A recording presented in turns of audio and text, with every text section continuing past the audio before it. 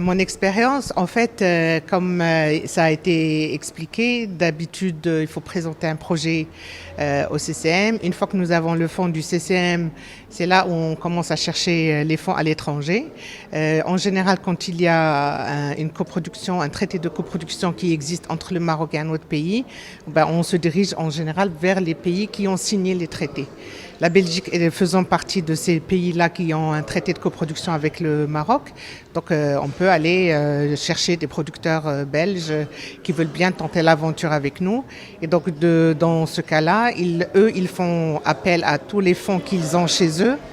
Et nous, on fait appel aux fonds d'ici. Et une fois qu'on a bouclé le financement, ben, on peut tourner. Parlez-nous des films que vous Belgique, avez c'est ça. coproduits Est-ce que avec vous pouvez nous des parler un peu de producteurs ces projets? belges. Oui, ben, j'avais produit le film de Jawad Ralib qui s'appelait Insoumise, que j'avais coproduit avec Isabelle Truc de Iota Productions.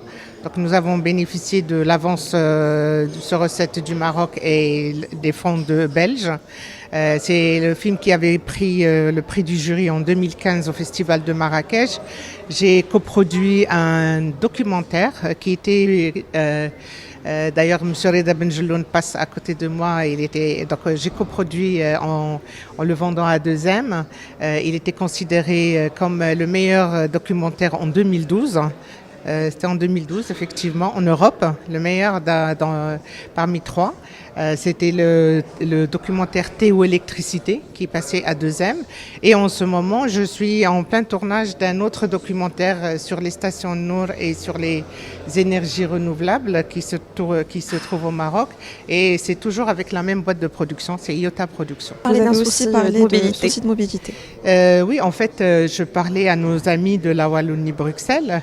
Le problème qui se pose à nous Marocains qui devons demander un visa pour aller dans n'importe quel pays dans le monde, quand je démarre un tournage au Maroc, si je dois le continuer en Belgique par exemple, ben, on ne peut pas amener nos techniciens parce qu'il faut demander le visa et que c'est très compliqué et c'est difficile.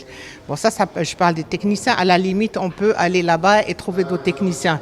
Mais imaginez, vous avez des acteurs marocains et des actrices, le réalisateur. Et ben, si ils ne peuvent pas avoir de visa, on ne peut pas aller finir le tournage. Donc, je demandais, est-ce que dans le cadre des traités de coproduction, s'il y avait un moyen de trouver une procédure qui pourrait faciliter la mobilité dans le cadre de la coproduction.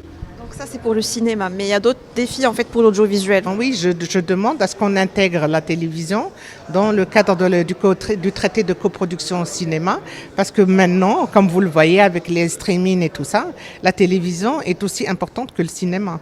Une œuvre télévisuelle, un téléfilm, une série télé, c'est aussi important que faire un long métrage. Et grosso modo, vos recommandations, en fait, pour améliorer donc, les coproductions, en fait, au Maroc.